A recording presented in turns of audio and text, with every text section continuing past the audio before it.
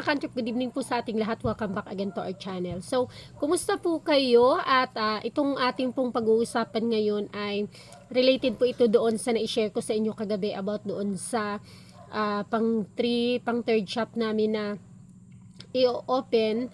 Istante na lang ang kulang. So, kagagaling ko lang ngayon doon. Medyo ginabi na nga kaming umuwi. So, na tapos na yung yung kusina. Bali, pinalagyan ko rin ba ng pinalagyan din namin ng maliit na kusina, lababo, tapos CR. Kasi parang up and down yun siya. Kasi nga malalim po, mataas.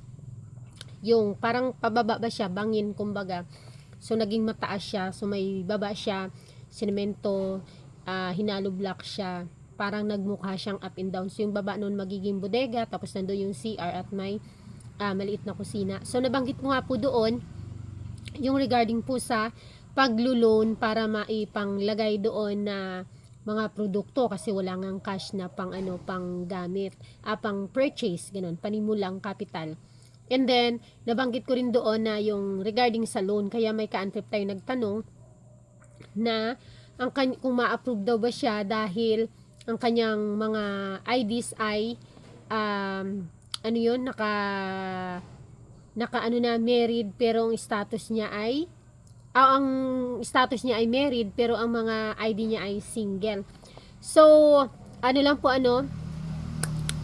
linawin ko lang, hindi po ako representative ng BDO or any financing institution. Sinishare ko lang po dito ang akin pong karanasan na kumbaga galing talaga sa walang kapital pero kahit papano nakapagpundar ng pakunti-kunti dahil sa paglo-loan. Nag-loan sa DTI at nag-loan sa BDO ng 3 na. At ino-offeran ulit ng pang-4. So regarding po sa tanong mo ma'am, hindi ako masyadong familiar or hindi ako masyadong sigurado dyan sa status kasi single kasi ako. Although mayroon akong ka-partner, may ka-live-in partner. So pero single ang status ko. Kaya doon lahat sa mga documents, single ako.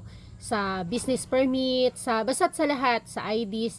So, hindi ko po sure dyan kasi ang pinaka-importante naman pag nag-loan kasi, lalo na po personal loan, ay business permit po.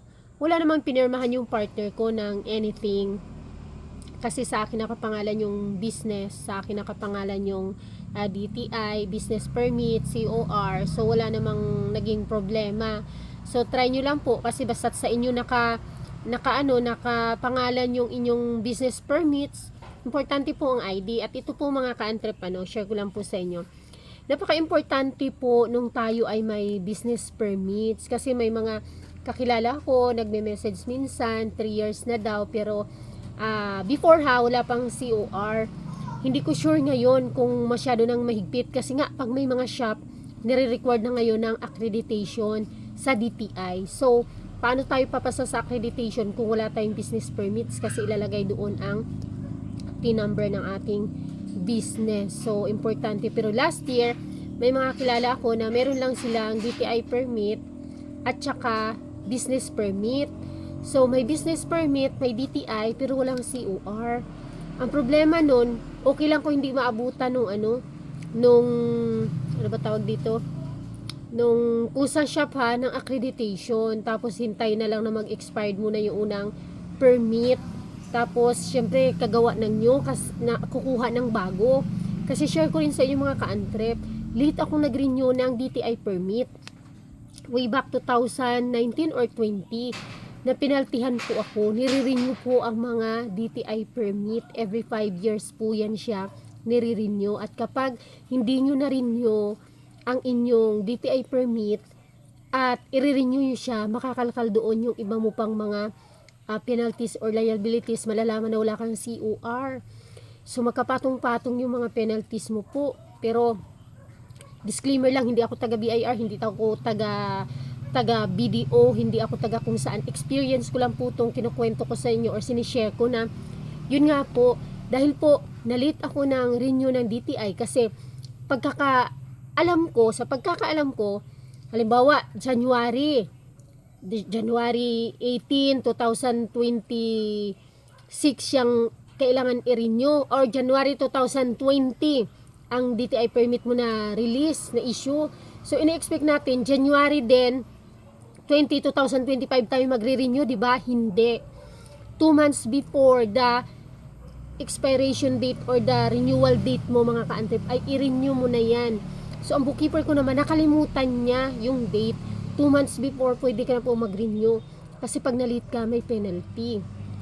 So, mabalik tayo doon sa, shinare ko lang po, naisingit ko lang kasi nga napinaltihan ako that time. Baka may mga makapanood ng video na ito na mga nagsisimula pa lang or small business owner din na baka na may DTI sila at baka hindi nila alam na nire-renew ang DTI. At may nagtanong din pala doon sa comment natin sa ibang videos na matagal na pala siya hindi nag-ooperate, tapos yung DTI niya hindi niya napa-close, napa-stop.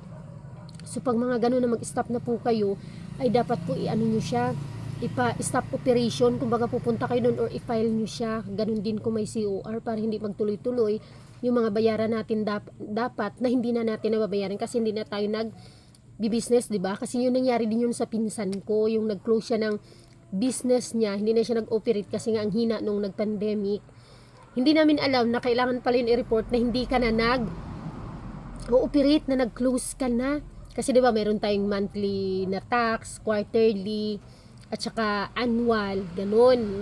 Tapos renewal ng COR. So hindi man namin alam. Hindi ko rin alam pa that time. So yun, ano pala yun, mapipinaltihan. Dapat pala ipa-file mo siya for closure. Na nag-stop ka na ng na operation doon sa business mo. So na-share ko lang mga ka-antrep And then balik ulit sa sa loan mga ka-antrep. Napaka-importante mga ka-antrep nung mayroon ka kaagad business permit kasi magagamit mo siya sa loan. Ang usually po, pag nag-apply kayo ng loan, kailangan kasama dun sa requirements na at least 2 years nang nag-ooperate ang business mo.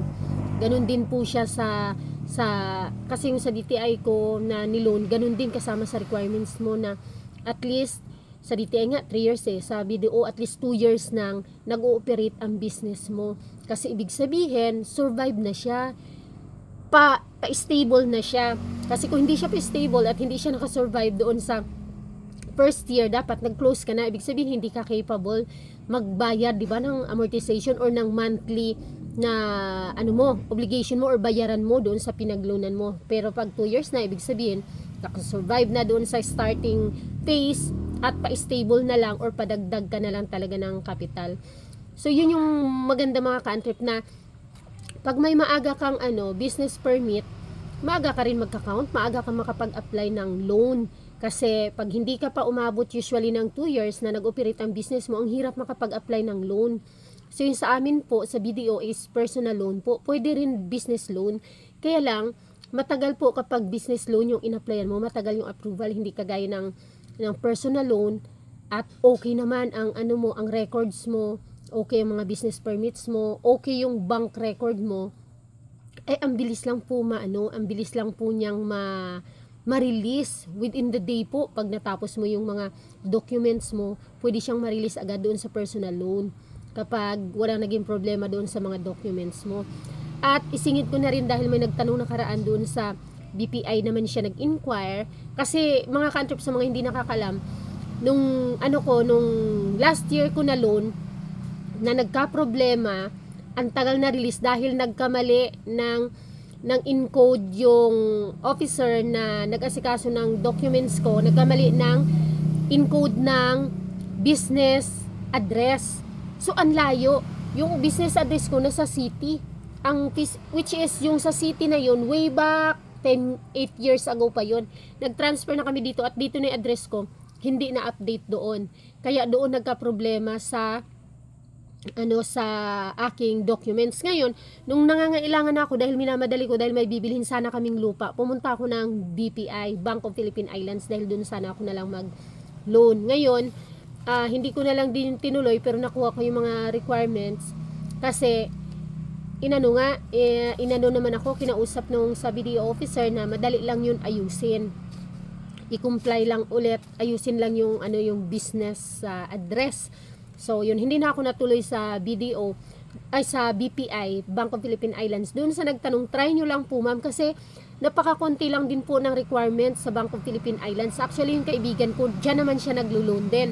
For as low as 50,000, nakakapag-loan siya hanggang parang 150,000. Pero, ang malulun po kasi natin, usually na amount, palagi pong nakadepende doon sa status po ng ating account at sa status ng ating business. So, ma'am, kung nagdadalaw isip ka po, dahil lang sa mga IDs mo, pwede ka pong mag-personal inquire dyan sa sa branch na malapit ka kung saan ka po may account. Yun. Tapos mabilis po kasi kapag kaya 2 years na dapat nag-ooperate ang business mo kasi dapat 2 years nang may transaction sa iyong bank account. Ayun. Hindi lang siya basta savings kasi yung pinsan ng partner ko na may savings lang siya kasi OFW yun, hindi rin siya na ang dami niyang savings hindi siya na-approve for business kasi nga hindi pa siya nag-ooperate ng business. So at least dapat 2 years na nag-ooperate ang business mo para makapag-apply tayo ng loan. Pero disclaimer lang po, that is my personal experience. Baka po iba naman po yung sa inyo, depende po sa status nyo, depende sa records nyo at depende po sa inyong pangangailangan. Sa akin po yon. Pero kung related sa ganun, so pwede nyo makuha ng idea yung sinishare ko po sa inyo regarding po dito. So, yun lang mga ka-antrep. Thank you. Hanggang sa muli. Pa-comment na lang kung may gusto po kayong itanong na pwede kong mabigyan ng sharing at kasagutan. Bye-bye!